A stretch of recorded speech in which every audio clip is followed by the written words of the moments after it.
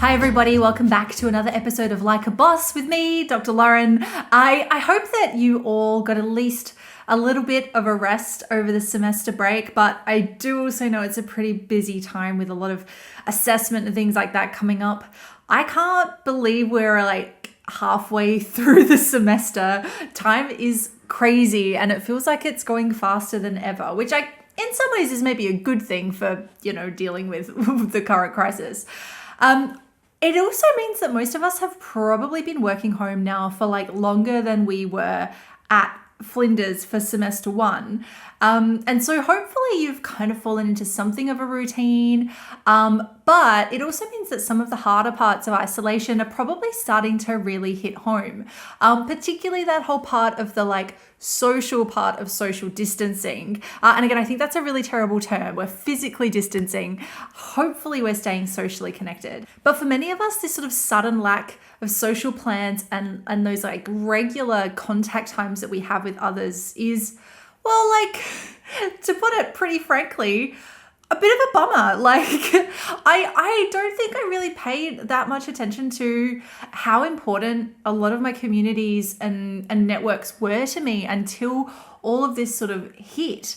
And really one of the most kind of shocking and genuinely upsetting things for me personally in March, I guess, when all of this sort of really hit home, was how empty Flinders became so suddenly. I don't think I'd ever seen the campus that empty, except for 1 week between Christmas and New Year's during my PhD when I still came into campus for some reason. Nerd. But Flinders is usually such a vibrant and happening place, and it's somewhere that I personally developed so many of the most important friendships and communities that continue to be a really massive influence in my life. Now for you, those important communities might be like your sports team, your bandmates, your gaming buddies, your fellow student parents. Maybe it's your friends who come from the same home country as you, from clubs. There's all kinds of networks that are super important to us. So given that these communities are so important, how can we make sure that we stay connected while we're all in isolation? Luckily, I have a few guests again this week to talk about how we can stay connected and look after ourselves and each other during this difficult time. First up is David Williamson. He's one of the chaplains at Oasis, who's here to give us his 3 big tips for connection. Then we've got Ellie Barnes, who is the Community Development Officer for Wellbeing, to chat about how we can add value to our communities. And finally, we're going to hear from some of you, some other students who are going to chat to us about how they've been dealing with staying connected. So without any further ado, here are David and Ali. Hi everyone, I'm Dave Williamson, one of the chaplains at Oasis at Flinders Uni. Good to be with you today. I want to talk a bit about staying connected. It's difficult at this time when we can't be together, especially for me within Oasis, where a lot of the things that we try to do is all about human connection and relationships and supporting one another. But I want to talk about how we might stay connected during this time of the pandemic. And there's 3 ways that I think of what's important about being connected to each other or being connected. The first is about being connected to ourselves. The second is being connected to others or each other. And the third is being connected to a higher purpose or a passion, if you like. So the first, how do we remain connected to ourselves? Well, that's thinking about our identity. But within that is actually how we're feeling, how we're traveling at the moment. What are the thoughts and feelings and emotions that spring up within us at this time? And we might have things like fear and anxiety popping up.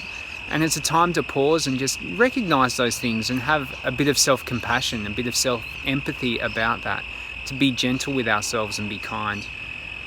We might notice something that brings a smile to our face and just acknowledge for a moment the gratitude around that. Could be the birds that I'm hearing in the trees now and the crickets in the grass. The second one, which I think we've all probably thought quite a bit about, is how do we remain connected to others, with our friends, with our families and people we study with, especially when we can't be physically with people. And the term right from the start of this pandemic that I really appreciated was it's not social isolation, it's physical isolation or physical distancing. But we want to be socially connected. And so finding ways to do that is really, really important. And so I encourage everybody, encourage you to find ways to connect with the people that you normally would in your everyday life. That if you enjoy having a coffee with someone, make a coffee, ring them up and sit down. If you play a sport or have a hobby or a musical instrument, find ways to connect on that level. Within the university, it's really obvious that we're not face to face as we might be. So reaching out via email and other forms of technology and checking in on the people that you'd normally spend your day with is a really good way. And finding ways to keep up that rhythm and that intentionality about your day-to-day life. The third thing I wanted to say was how it is that we might remain connected to a bigger purpose, if you like, or a wider purpose. For some, that's faith and religion. For others, it might be how it is that we serve our ideals and what we give to people and our sense of purpose in the world. And that extends beyond us, what it is that we really want to achieve in life. And for many of us at the university, that actually might be fulfilling our study goals. And so there is an important element at this time to remain connected to what is really important beyond ourselves and this moment.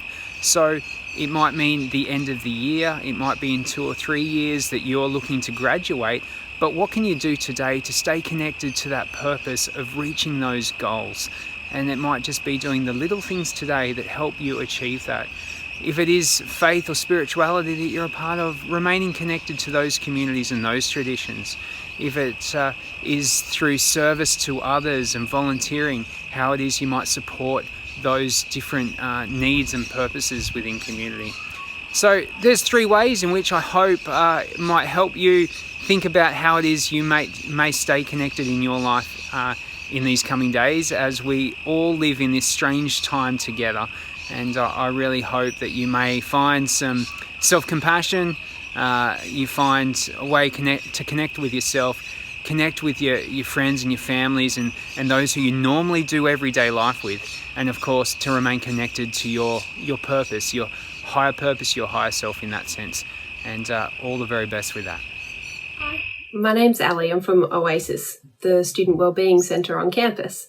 I thought that I'd put something together for this week's topic of connecting with community because community is so important, and at a time where we can't connect with community on campus, I wanted to give you a perspective to think about that maybe you haven't necessarily thought about before, how you can contribute to your community. So rather than connecting with those around you and receiving from them, how can you actually contribute and value add to the community around you? So first, you really need to think about who is your community? Who are the people around you that mean the most? For me personally, I have my family who I live at home with, who you might hear in the background with a nice musical instrument called a recorder, and also my family who are self-isolating as well. And beyond that, I have some really close friends that are really important to me that I consider as part of my valuable community. The other thing I'd like you to consider is, what are the things that you'd like to see on social media? When you're scrolling through, what are the messages that you would like to see that would really connect you with others, that would uplift you, that would make you feel positive, that would make you feel motivated? And then I would challenge you to actually post them yourself, if you're not already. What kind of posts could you put up that would do the same for other people? Create the content that you're wanting to see for yourself and put that out there for other people to be uplifted and inspired by as well. I've been reading a book recently called The Slight Edge by Jeff Olson, and this book has been very inspiring to me because it's basically encouraging us to be successful by doing the small, seemingly mundane things every day. So these common practices, if we're doing them over and over again, become our habits, and that's what creates our success. I find this really valuable, and I encourage you to maybe do the same. One of them can be waking up every morning and writing some gratitude lists about what you really value and what you're appreciating in your life at the moment. If we're starting our day like that, hopefully we're setting ourselves up to see the rest of the day through that same lens. The same goes for another point that he makes, is connecting with someone. So as you sit down at your desk to study, rather than just getting straight into your study, think of someone that you want to send a positive message to and text them, message them, email them, and tell them how grateful you are for them. Be thankful for them. Tell them something that you really like about them. Because if you were to receive that message, that would really uplift you. That would make you feel positive. So why not do that for someone else? Let's do that for each other. And if you're doing that every day, that's 7 people a week that you're reaching out to and making feel better. The last thing I'd like you to do in connecting with your community is look at how you can contribute your kindness further. What does that look like for you? So some people I've seen on social media are going to their neighbours and doing shopping for them. But in my neighbourhood, that's not necessarily realistic. So rather than feeling guilty about that, I'm just looking at ways that I can contribute in other ways that is meaningful for me, but also meaningful for the people in my community. This can be as simple as going down the street and giving someone a nice big warm smile, saying hello, complimenting them on something as we walk past at our 1.5 metres. But being a really positive influence in the community around me, whether I know them or not. This can also be through social media channels, which obviously are important at the moment, and any other interactions you're having online. How can you contribute to those meaningful conversations, meaningful engagements to actually create this sense of community that is connected? So by doing this, you actually can connect to other people. You can bring kindness back to you as well. There's some research by Sean Aker. He's called like the happiness guru or something. I'm sure you can Google it and find him. But he actually says that when we engage in kindness and giving to other people, that actually what we get back is more than initially what those people received themselves. So the value of you being kind to other people actually returns to you double, which, you know, we're not doing it for those selfish intentions, but hey, if you're doing some kindness acts and it's coming back to you, how amazing is that? And what kind of community are we going to create for doing that? I wish you all the best in trying to contribute to your community in a kind, meaningful and inspiring way. Take care. Thanks so much to David and Ali from Oasis for sharing their tips for staying connected during this difficult time. And in the interest of knowing our communities and connecting with each other, here are some of you guys. I'm so happy to introduce your fellow students to you, Natasha, Siddharth and Harlan, to talk about their experiences. Hi everyone, my name's Natasha. I'm a medical science student here at Flinders. I'm also involved in the Rural Health Society and Medical Science Society. I'm a Wellbeing Ambassador and a Uni Council member. I was born in Scotland, and fun fact, I also lived in Asia for a number of years.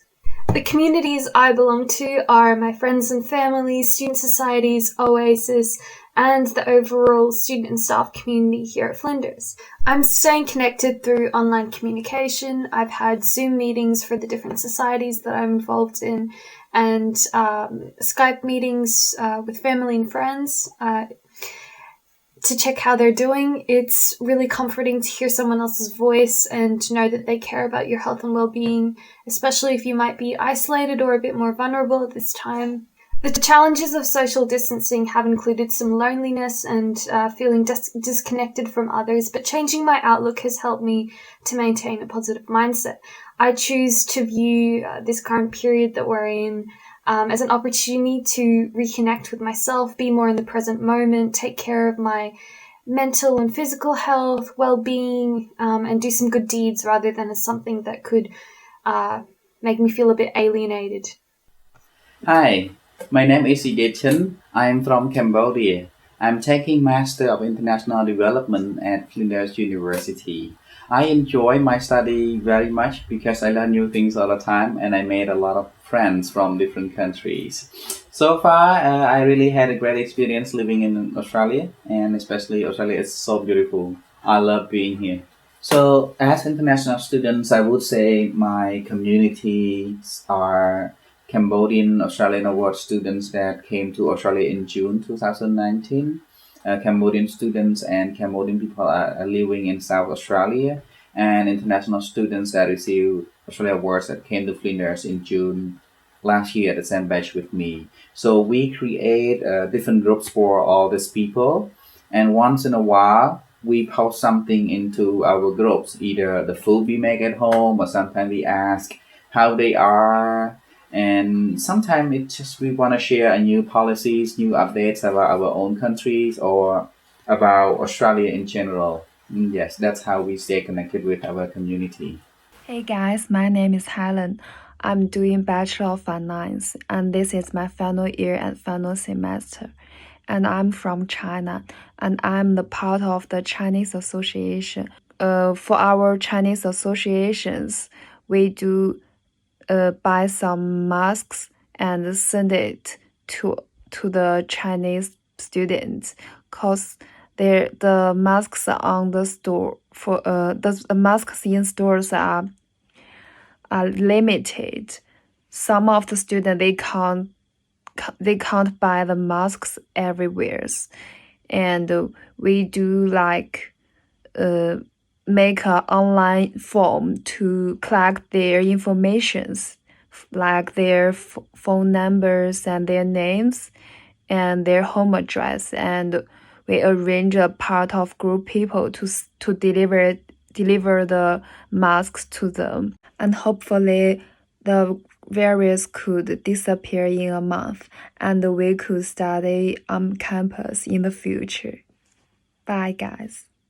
Thank you so much to everybody who participated today and shared their tips and their stories. Now, remember to reach out if you need to. There is the Flinders Online Hub, as I mention every week, and the Flinders Support Network with links to all of the different student services. Oasis is currently developing an online space, so watch out for that one. And in the meantime, be sure to check out the new Fusa at Home Facebook page. There's all sorts of really cool stuff happening over there, like movie nights, jackpot gaming sessions, and trivia. That's it for another week. But it is that time of semester, as I said at the top of the show. So next week, we will be talking about how to stay on top of your assignments. So I will see you then. And in the meantime, stay safe. Tell me how you're reaching out and connecting. Share your photos in the Flow Finding Your Way at Flinders page, or write in the comments in the blog. We want to hear from you. There was some great conversations happening in first episode, and everyone's gone really quiet since then. So jump online and share your stories with us, and I will see you next week.